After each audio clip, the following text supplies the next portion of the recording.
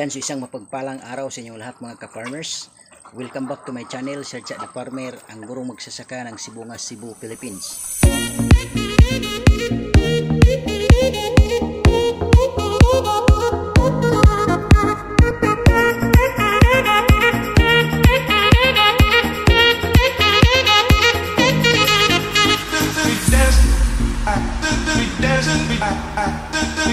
And if you're new to this channel mga farmers, please don't forget to subscribe and click the notification bell in order for you to be notified with my coming videos. Thank you and enjoy this vlog.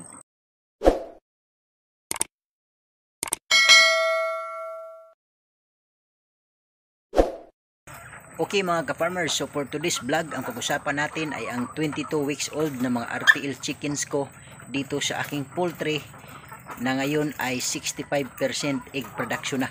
So yun po ang ating pag-usapan, okay? Ngunit bago ang lahat mga ka-farmers, shout out muna sa lahat ng ating mga tagapagsubaybay all throughout Luzon, Visayas, and Mindanao.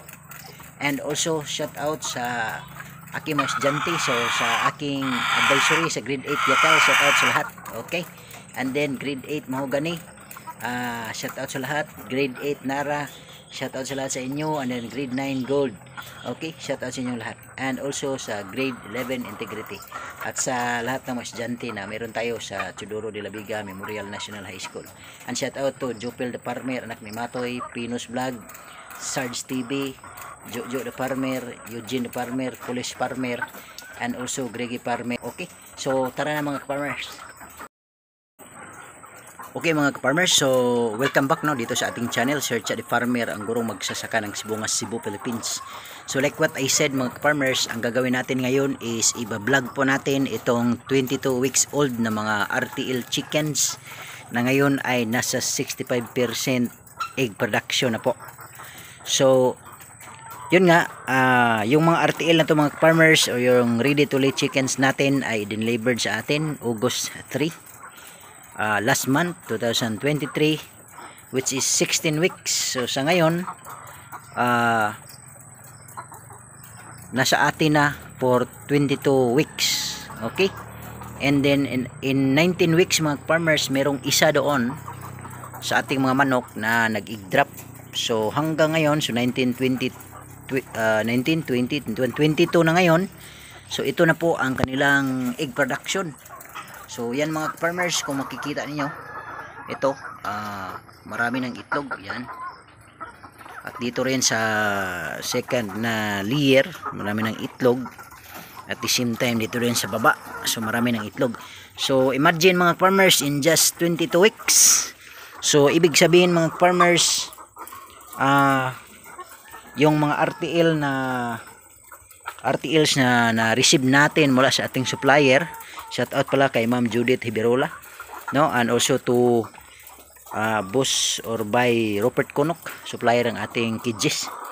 Okay, so ibig sabihin mga farmers, yung RTL na na-receive natin August 23, legit, no? Kasi nag egg production na for 22 weeks ng 65%. Yan. Kung makikita nyo mga farmers, marami ng itlog ngayon. So sa ngayon is almost 70 na mga chickens na ang nangingitlog. 22 weeks. Tapos ito is 108 heads. So ibig sabihin nasa around 65% na ho tayo. Okay. Kasi 108 divided by 2 is 54. Yung itlog natin ngayon is mga 70 na. So nasa 65% na talaga yung ating egg production. So ganyan po ka legit yung ating mga chickens na na-receive mga farmers. Kaya doon sa mga customer ko na umorder, legit po yung ating mga chickens. Kaya wag po kayong mag-alala, yung maihatid sa inyo. So far, marami naman na tayong na bigyan ng mga RTL. Okay, kasi we are accepting orders po.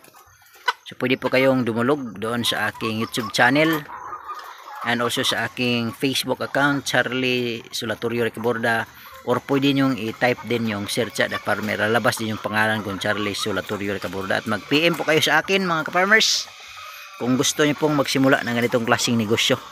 May bibigay po natin yung legit na mga RTL 16 weeks and also package kasama yung mga set kidges. So meron ng kidges, drinkers, may mga pipelines and also yung mga storage ng water. So kumpleto na yan mga farmers, tulad po ng meron tayo ngayon dito.